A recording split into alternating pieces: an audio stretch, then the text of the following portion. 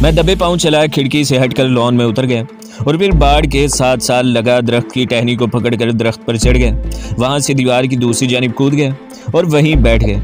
मेरे आसपास गहरी खामोशी थी। सड़क पर आने के बजाय मैं झाड़ियों में से तेजी से गुजरता जीप के करीब आकर रुक गया। मद्रासी ऑफिसर मिस्टर प्ले सुबह अगर मदारस की इंक्वायरी टीम के सरबराह तमिलनाडु के डायरेक्टर जनरल इंटेलिजेंस को मेरे बारे में ये बता देता है कि मैं सिनहाली एजेंट हूँ, तो खा मैं अपनी बेगुनाही साबित कर भी दूँ, लेकिन ये बात दिल्ली हेडक्वार्टर तक पहुंचकर मेरे सारे मिशन को खतरे में डाल सकती थी। मिस्टर प्ले को अब रास्ते से हटाना जरूरी हो गया था। मैं जीप के एक तरफ अंधेरे में छुपा हुआ था। चाकू जेब से निकालकर मैंने खोल लिया था और इस पर अपने दाएं हाथ की गिरफ्त मजबूत कर ली थी। गर्ल्स हॉस्टल के गेट की तरफ से मुझे एक साया जीप की तरफ आता दिखाई दिया। ये मद्रासी सिक्योरिटी ऑफिसर प्ले था। इसकी जिंदगी के चंद आखिरी कदम बाकी रह गए थे। ये मरियल सा दुबला पतला आदमी मेरा और मेरे मिशन का दुश्मन था। ये मुझसे बच नहीं सकता था। अगर ये सुबह तक जिंदा रहता है तो मेरी मौत से बदतर जिंदगी का अजियतनाक दौर शुरू हो जाना था। मैंने चाकू के दस्ते पर अपनी गिरफ्त और ज्यादा मजबूत कर ली। मैंने तय कर लिया था कि किस तरफ से हमला करना होगा और चाकू का वार जिस्म के किस हिस्से पर किया जाएगा। बाहर सूरत मिस्टर प्ले की आवाज नहीं निकलनी चाहिए थी, क्योंकि गेट पर चौकीदार जाग रहा था। एक तजुर्बेकार और मजबूत जिस्म वाले कमांडो के लिए ये दुबला पतला हिंदू मद्रासी एक आसान शिकार था। फिर भी मैं गाफिल नहीं था। इसकी एक चीख मेरे लिए मुसीबत खड़ी कर सकती थी। प्ले जीप के करीब आ गया था। मैंने अपना सांस रोक लिया। वो जीप के अकब में घूमकर जूं ही दरवाजे की तरफ बढ़ा तो मिस्टर प्ले को यकीनन सबसे पहले यही महसूस हुआ होगा कि इस पर दरख्त आकर गिरा है। मेरा पहला टारगेट इसकी गर्दन था। गर्दन एक ही छलांग में मेरे काबू में आ गई थी। चाकू इसके बिल्कुल साथ ही इसकी कमर में उतर गया था। चाकू मैंने वहीं रहने दिया। गिरते हुए मिस्टर प्ले को गर्दन से घसीटकर झाड़ियों के अंधेरे में ले गया। जब मैं 5-10 सेकंड के बाद झाड़ियों में से इसकी लाश को लेकर निकला तो चारों तरफ वैसे ही रात का अंधेरा और खामोशी छाई थी, जैसे कुछ हुआ ही ना हो। और हुआ भी क्या था? ये बातें मेरे मिशन का, बल्कि हर इस आदमी के मिशन का नागजीर हिस्सा होती हैं जो अपने वतन की सलामती का मिशन लेकर दुश्मन के मुल्क या मौत के मुंह में उतर जाता है। मिस्टर प्ले की लाश को मैंने जीप में पीछे डाल दिया, जीप का मोम जामा गिरा दिया और इंजन स्टार्ट करके हॉस्टल की गली से बाहर सड़क पर आ गया। प्ले का काम तमाम हो गया था।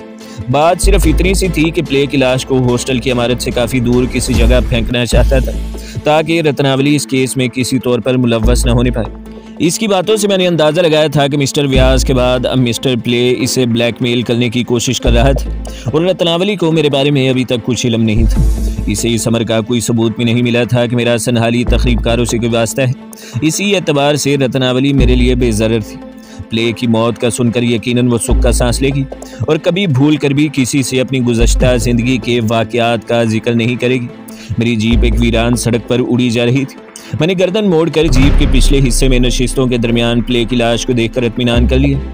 अब यह खदशा भी था कि कहीं किसी चौक में पुलिस राउंड पर न हो और जीप की चेकिंग न करे। मैं गर्ल्स हॉस्टल के इलाके से निकल आया था। मैंने जीप को एक कच्ची सड़क पर डाल दिया जो दूर एक बहुत बड़ी इमारत की तरफ जाती थी। इस इमारत में बत्तियां जल रही थी। मैंने जीप को एक तरफ सड़क से उतार कर खड़ा कर दिया। हेडलाइट्स मैंने रोशन नहीं की थी। प्ले की लाश को वहीं जीप के पीछे ही पड़ा रहने दिया।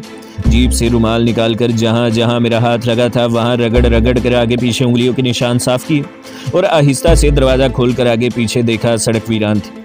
मैं जीप से उतरकर तेजी से सड़क की दूसरी जानिब हो गया और जल्दी जल्दी वहां से निकलकर बड़ी सड़क पर आकर नॉर्मल चाल के साथ वापस आने लगा। खून आलूद चाकू मैंने प्ले की कमीज से साफ कर लिया था, मगर इस चाकू का मेरे पास रहना किसी हालत में भी मुनासिब नहीं था।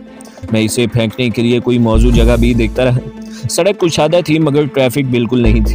खंभों पर मर्कीली लाइट्स काफ़ी फासला छोड़कर लगी थी। मुझे मालूम था कि कहाँ जाना है और ये सड़क किधर जा रही है। जब मैं लाश वाली जगह से काफ़ी आगे निकल आया तो एक जगह चार दीवारी के अंदर कूड़े करकट का ढेर था। कूड़ा करकट बाहर तक बिखरा हुआ था। इस ट्रैश डंप की एकवी दीवार की तरफ जाकर मैंने चाकू को कूड़े के ढेर में फेंक दिया।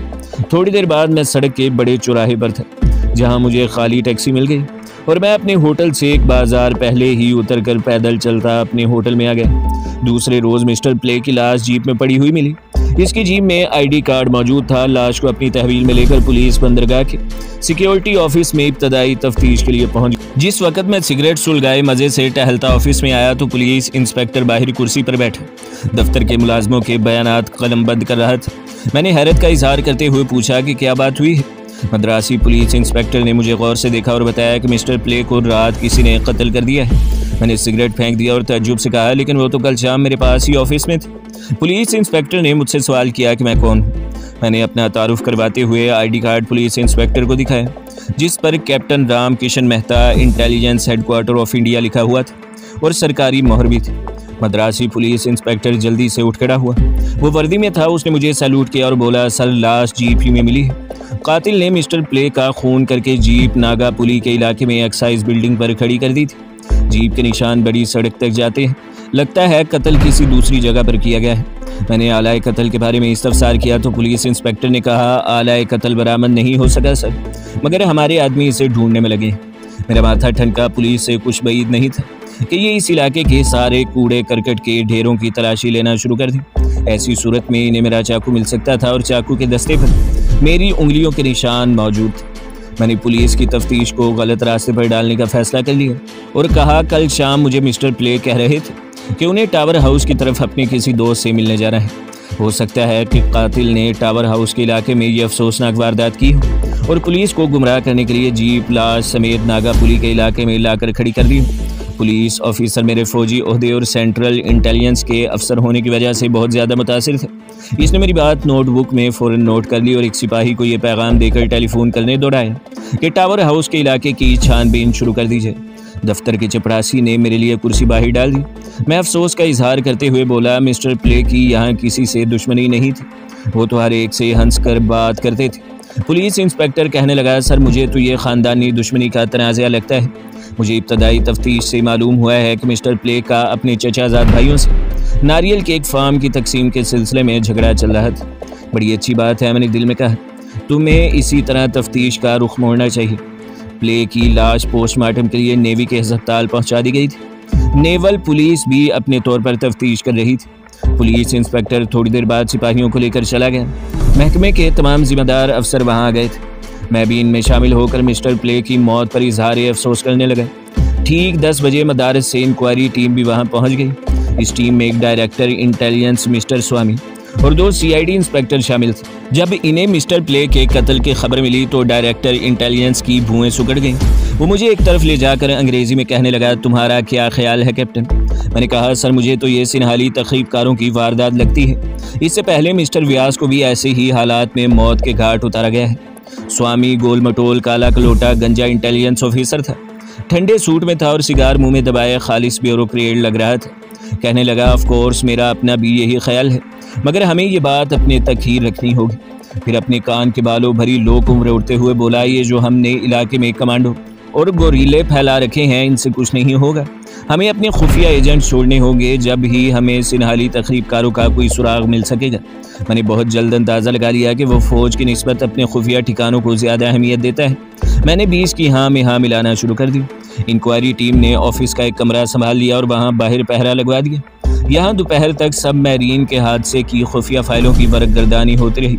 नतीजा क्या निकलना था? दोपहर को दिल्ली से मिस्टर टंडन का फिर फ़ोन आ गया। इसे मिस्टर प्ले के कत्ल की खबर मिल गई थी। कैप्टन मेहता, पांडिचेरी में ये क्या हो रहा है? कत्ल पर कत्ल हुए जा रहे हैं। मैंने कहा, सर इधर तखरीबकारों का बड़ा जोर है। मेरी तजवीज़ ये है कि इस सारे इलाके को बाकायदा फ़ौज अपनी तहवील में लेकर तूफ़ानी कार्रवाई शुरू करे। इसके अलावा यहाँ कुछ नहीं हो सकता। तुम अपनी रिपोर्ट में ये तजवीज़ लिख दो। और इंक्वायरी टीम की रिपोर्ट क्या है?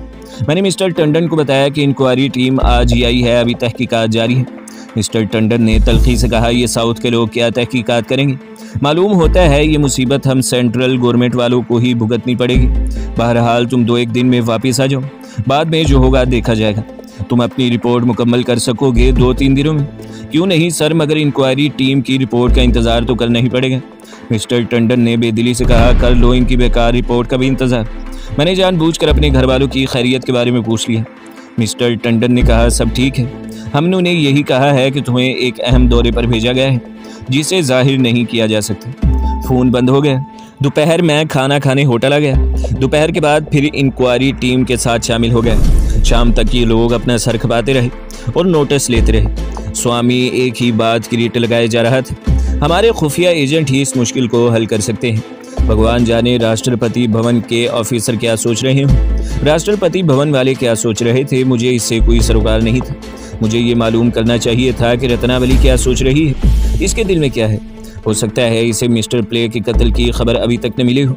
मैंने शाम को इसके होटल जाने का फैसला कर लिया। इंक्वायरी टीम ने मुझे शाम के 7 बजे के बाद छोड़ा। होटल में आकर मैं मुंह हाथ धोकर कपड़े बदले और टैक्सी लेकर सीधा रत्नावली के हॉस्टल की तरफ रवाना हो गया। रत्नावली ने गुज़श्ता रात मिस्टर प्ले से जो गुफ्तगू की थी, इससे मुझे बखूबी अंदाज़ा हो गया था कि वो बादल नखास्ता इस तरफ लाई गई है और इसे ब्लैकमेल किया जा रहा है। लेकिन फिर भी मैं ये मालूम करना चाहता था कि कहीं इसका वास्ता किसी दूसरे शख्स से तो नहीं है, और ये कि इसने मेरे मशकूक होने के बारे में किसी दूसरे शख्स से तो बात नहीं की। रत्नावली अपने हॉस्टल में ही मिल गई। वो अपनी साड़ी इस्त्री कर रही थी। मुझे देखकर इसके चेहरे पर खुशी की एक लहर दौड़ गई। मैंने इस खुशी की लहर को ख़ास तौर पर नोट किया। इसका मतलब था कि वो मेरे मुखालफों में से नहीं थी। ताहम मैं अपना इत्मीनान कर लेना अपना फ़र्ज़ समझता था। मैंने इसकी गुफ्तगू से अंदाज़ा लगा लिया कि इसे अभी तक मिस्टर प्ले के कत्ल की खबर नहीं हुई। मैंने खुद ही कहा, मुझे अफसोस है रत्नावली कि मैं कल शाम को वादे के मुताबिक तुम्हारे यहाँ चाय पर नहीं आ सका। इसने जैसे खाली खाली नज़रों से मेरी तरफ देखकर कहा, कल तुम्हें आना था जगदीश बाबू? हाँ याद आए। तुम कल क्यों नहीं आए? मैं चाय पर तुम्हारा इंतज़ार कर रही थी। मैंने इसकी आंखों में आंखें डाल दी और बिल्कुल साफ कह दिया, कल रात मिस्टर प्ले को तुम्हारे पास आना था, इसलिए मैं नहीं आया। रत्नावली पर जैसे बिजली सी गिर पड़ी। वो बुत बनी मेरी शक्ल तकने लगी। फिर इसने इस्त्री सीधी करके रखी, स्विच ऑफ किया और बोली, सच सच बताओ, तुम्हें प्ले के बारे में क्या कुछ मालूम है? मैं भगवान की सौगंध खाकर कहती हूँ कि मेरा इससे कोई ताल्लुक नहीं है। वो मुझे ब्लैकमेल कर रहा है। और रत्नावली सोफे पर बैठकर साड़ी का पल्लू आंखों पर रखकर आहिस्ता आहिस्ता सिसकियां भरने लगी।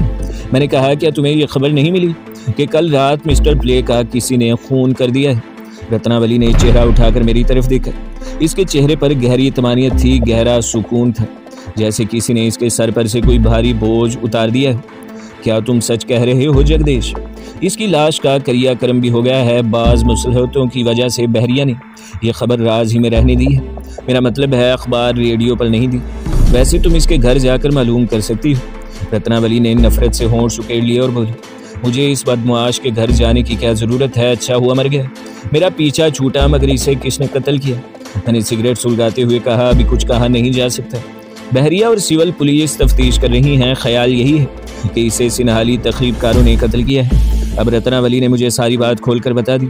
मिस्टर प्ले के पास रत्नावली के कुछ ऐसे राज थे जो अगर खुल जाते तो इसकी ज़िंदगी तबाह हो बर्बाद हो सकती थी। चुनाचा मिस्टर प्ले इसे ब्लैकमेल करता था। रत्नावली कह रही थी, एक रोज़ इसने मुझे कहा कि दिल्ली से एक इंटेलिजेंस का अफसर आया है, इसका नाम कैप्टन रामकिशन मेहता है।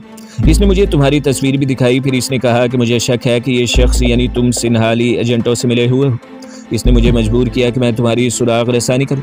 मुझे तुम अच्छे लगे थे और मुझे इससे कोई दिलचस्पी नहीं थी कि तुम क्या करते हो। फिर इसी वरास्टर से मिस्टर व्यास आए तो प्ले ने इसको खुश करने के लिए मुझे इसके पास रात को भेज दिया। बदकिस्मती से सिनहाली तखरीबकारों ने उस रात जब मैं मिस्टर व्यास के कमरे से निकल कर आई इसे कत्ल कर दिया। मुझे कुछ मालूम नहीं कि इसे किस गर्ज के लिए कत्ल किया गया है। बहरहाल मैं डर गई कि कहीं पुलिस मुझे पकड़ कर न ले जाए, मगर प्ले ने मेरे बारे में पुलिस को कुछ न बताया। इसके बाद मुझे तुम्हारे जूते चुराने के लिए तुम्हारे होटल में भेजा गया। मैं इस बक से तंग आ गई थी, मगर यहाँ मेरी नौकरी थी, मैं कहीं भाग भी नहीं सकती थी। मैं डर गई और इसके इशारों पर अमल करती रही। कल रात मैंने इसके आगे इल्तिजा की कि वो मुझे माफ़ कर दे और ये काम न ले, मगर इसने कल रात भी मुझे जान से मारने की धमकी दी थी। भगवान की लीला निराली है। क्या मालूम था कि वो खुद इस दुनिया में नहीं रहेगा। मैं बड़े गौर से रत्नावली के एतराफ़ात सुन रहा था। वो परेशान होकर बोली, क्या किसी को मालूम तो नहीं कि वो आखिरी रात मुझसे मिलकर गया था? मैंने मुस्कुरा कर कहा, सिवाय मेरे इस राज को कोई नहीं जानता, क्योंकि कल रात मैं इसका पीछा करता तुम्हारे कमरे तक आया था और तुम्हारे बंद कमरे की खिड़की से लगकर तुम दोनों की बातें सुनता रहा। फिर मैं यहाँ से वापस चला गया। सुबह मालूम हुआ कि जब प्ले यहाँ से वापस गया तो टावर हाउस के पास सिनहाली एजेंटों ने हमला करके इसे हलाक कर डाला और इसकी लाश वाली जीप नागापुली के इलाके में छोड़ दी। रत्नावली ने मेरा हाथ पकड़ लिया और भीगी आंखों से इल्तिजा की, भगवान के लिए मेरे बारे में पुलिस को न बताना। मैंने कहा, मद्रास से इंक्वायरी टीम भी आ चुकी है। हमें इब्तदाई तफ्तीश से मालूम हुआ है कि खुद मिस्टर प्ले के सिनहाली एजेंटों से ताल्लुकात थे और वो इनसे रुपया लेकर भारत के राज इन्हें बता दिया करता था। इस बार इसने एक राज बताने की वजह 10 लाख रुपए की रकम तलब की थी। सिनहाली एजेंट इसे इतनी भारी रकम अदा नहीं कर सकते थे। उन्होंने इसे 50,000 रुपये पेश किए, मगर प्ले ने इनकार कर दिया।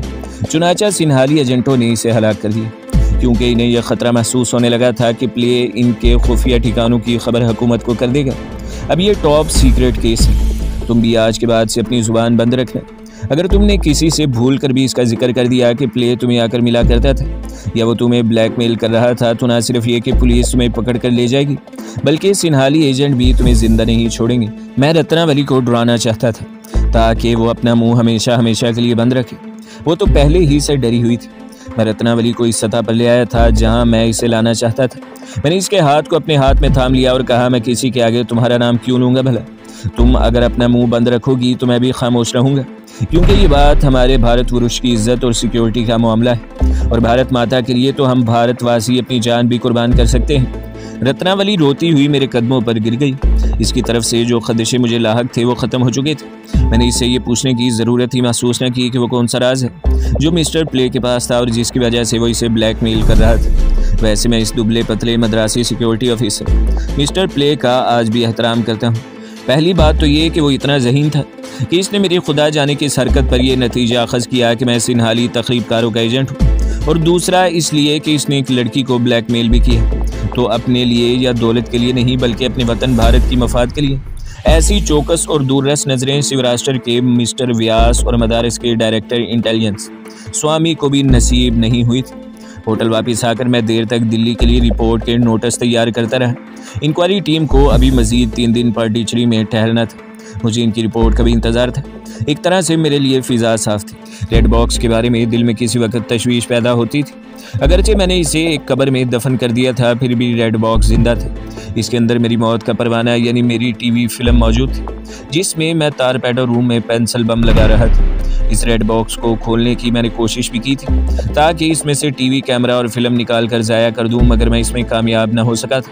ये सुर्ख रंग का 1.5-2 किलो का फौलादी गोला बिल्कुल बंद था और मैं जल्दी में अंदाज़ा नहीं लगा सका था कि इसे कैसे खोला जा सकता है। चुनाचा मैंने पूरे रेड बॉक्स को ही कब्र में उतार दिया था। पांडिचेरी में मुझे 2 दिन और गुजर गए। इंक्वायरी टीम ने इब्तदाई तहकीकात मुकम्मल कर ली थी और अब वापस जाने वाली थी। इनकी तहकीकात की रोशनी में मैंने भी अपनी रिपोर्ट टाइप करना शुरू कर दी। पूरा दिन लगा कि मैंने रिपोर्ट मुरतब करके फ़ाइल तैयार कर ली। अगले ही रोज़ सुबह के तैयारे में मेरी सीट बुक हो चुकी थी। रात को मैं हिफ्ज़े मातकद्दुम के ख्याल से रत्नावली से मुलाकात करने इसके हॉस्टल चला गया।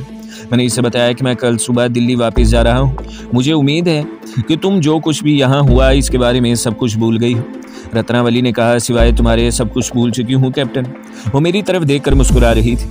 मैं देर तक रत्नावली के पास बैठा बातें करता रहा और इसकी कैफियत का जायज़ा भी लेता रहा। मेरी तरफ से इसके दिल में कोई शक व शुबा नहीं था। वो मुझे एक मुहिब्बे वतन और ज़िम्मेदार भारतीय ऑफिसर ही समझती थी। मैं इसकी मुकर्रर तस्दीक करना चाहता था। मैंने इसे दिल्ली जाकर ख़त लिखने का वादा ज़रूर किया, मगर इसे अपना एड्रेस नहीं दिया। ये कहकर माजरत पेश कर दी कि हमें किसी लड़की को अपना एड्रेस देने की इजाज़त नहीं है। मैंने मुस्कुराकर कहा, यह महज सिक्योरिटी की वजह से है रत्नावली, वैसे मैं तुम्हें फ़ोन करूँगा। दूसरे रोज़ मेरा तैयारा दिल्ली की तरफ परवाज़ कर रहा था। मैंने प्राइम मिनिस्टर हाउस के chief intelligence officer Parshottam Das Tandon को फ़ोन कर दिया था। दिल्ली एयरपोर्ट पर हमारे ऑफिस की गाड़ी मुझे लेने आई हुई थी। एयरपोर्ट से मैं सीधा अपने मोती नगर वाले मकान पर आ गया। माताजी ने मुझे देखते ही गले लगा लिया। खुशी से इनकी आंखों में आंसू आ गए। कहने लगी, पुत्र किशन, अब इस तरह घर से मत जाना, हमें तुम्हारा कोई अता पता नहीं था। मैंने कहा, माताजी मेरी नौकरी ही ऐसी है। सुजाता और कृष्णा कैसी हैं? माताजी ने मेरी आरती उतारते हुए सामग्री भगवान की मूर्ति के आगे रखते हुए कहा, पुत्र तुमने आने की खबर भी नहीं दी, वरना सुजाता और कृष्णा बेटी तुम्हें लेने आ जाती। मैंने इसी वक्त सुजाता को फ़ोन करके बताया कि मैं आ गया हूँ। वो बहुत खुश हुई, मगर साथ ही नाराज़गी से बोली कि मैंने होटल वालों को क्यों मना कर दिया था कि कोई लड़की दिल्ली से फ़ोन करे तो कह देना कि मैंने होटल छोड़ दिया है। मैंने हंसकर कहा, सुजाता तुम पढ़ी लिखी हो और जानती हो कि मैं कितनी नाजुक पोस्ट पर हूँ। हम भारत की रक्षाचारी हैं। अच्छा, मैं दफ्तर जा रहा हूँ, शाम को लौट आऊँगा। मैं खुद आऊँगा, तुम दफ्तर से जल्दी आ जाना। मुझे तुमसे कुछ ज़रूरी बातें करनी है। कोई बात नहीं, मैं 5 बजे तक आ जाऊँगा। फ़ोन बंद करके मैं सोचने लगा कि ये मुझसे किस किस्म की ज़रूरी बातें करना चाहती है। चाय की एक प्याली पीकर मैंने ब्रीफकेस संभाला और अपनी पुरानी एम्बेसडरीज गाड़ी में बैठकर दफ्तर की तरफ रवाना हो गया। दफ्तर में हर कोई खंदा पेशानी से मिला। मकंदलाल, स्टेनो, खरातीलाल, नायब मुंशी और सेक्रेटरी नंबर 2 तिवाड़ी सभी मिलकर बहुत खुश हुए। सेक्रेटरी तिवाड़ी मुझे अपने कमरे में ले गए। मैंने इससे रिपोर्ट पेश की। इसने फिक्रमंद लहजे में कहा, सेंट्रल गवर्नमेंट की पूरी मशीनरी चौकस कर दी गई है। हमारा ख्याल था कि रक्षा मंत्री तैयार पत्र दे देंगे, तुम्हारी रिपोर्ट में क्या है? मैंने कहा, इसे पढ़ लीजिए। वैसे मैं तो इसी नतीजे पर पहुंचा हूं कि अगर हम अपनी बाकायदा फौज इस इलाके में न भेजें तो सिनहाली एजेंट इससे भी ज़्यादा तबाही मचाएंगे। तिवाड़ी ने मेरी रिपोर्ट की ओर आँख उलटते हुए कहा, हम कहाँ अपनी फौज भेजें? एक पंजाब ही हमारे काबू में नहीं आ रहा। भिंडरावाला ने बड़े खौफनाक बयान देने शुरू कर दिए हैं। वो खालिस्तान का सुप्रीम कमांडर कहता है खुद अपने आप को। मैं सिगरेट सुलगाए खामोशी से तिवाड़ी को सीक्रेट फाइल का मुतालिया करते देख रहा था। चपड़ासी कॉफ़ी रखकर चला गया। मैं कॉफ़ी पीने लगा। तिवाड़ी ने फाइल पढ़ने के बाद बंद करके इसका फीता बांधा और बोला, अब तुम्हें सीधा प्राइम मिनिस्टर हाउस सेक्रेटेरिएट जाकर टंडन जी से मिलना है। इनका सुबह ही को फ़ोन आ गया था कि कैप्टन मेहता को फाइल समेत मेरे पास भेज देना। प्राइम मिनिस्टर सेक्रेटेरिएट के इस चीफ इंटेलिजेंस ऑफिसर से मैं कतराता था, मगर इससे मुलाकात नागुज़ीर थी। वैसे भी इसकी जहनी कैफियत से मैं हमतन बाखबर रहना चाहता था। ऑफिस की वैगन में बैठकर मैं प्राइम मिनिस्टर सेक्रेटेरिएट पहुंच गया। मिस्टर टंडन मेरा इंतज़ार कर रहा था। मुझे अंदर बुलाकर दरवाज़ा बंद कर दिया और चपड़ासी को हिदायत कर दी कि किसी को ना आने दिया जाए। अपनी सेक्रेटरी से भी कह दिया कि वो आधे घंटे तक कोई फ़ोन कॉल ना दी जाए। इसके बाद सबसे पहले मेरी रिपोर्ट का बगौर मुतालिया किया, फिर इसे बंद करके एक तरफ मेज़ के दराज में रख कर ताला लगाया और मुझसे बातें शुरू कर दी। एटमी आबदोज़ की तबाही, रेड बॉक्स की गुमशुदगी और पांडिचेरी में 3 गार्ड्स और 2 इंटेलिजेंस अफसरों के कत्ल की वजह से वो बहुत परेशान थे। कहने लगा, कई अफसर तब्दील कर दिए गए हैं। अगर मेरा रिकॉर्ड तसल्ली बख्श न होता तो मैं भी इस वक्त यहाँ न बैठा होता। कॉफ़ी का घूंट निकलने के बाद इसने प्याली मेज़ पर रख दी और अपने गंजे सर पर हाथ फेरते हुए बोला, कुछ समझ में नहीं आ रहा कि इतने सीनियर अफसरों के होते हुए दुर्घटना कैसे होगी। रूसी कहते हैं कि हमारी सिक्योरिटी इस काबिल नहीं कि वो साउथ में इनकी इंस्टॉलेशंस की हिफाजत कर सके। ये हमारे लिए बड़े चैलेंज की बात है। इसी माह रूसियों ने पूना के Shivaji naval mechanical training centre में जदीद एटमी मशीनरी लगाई है। रूसी सफ़ीर ने परसों ही प्राइम मिनिस्टर से खुफिया मुलाकात में इस बात का खदशा जाहिर किया था कि तखरीब कारी वहाँ भी हो सकती है।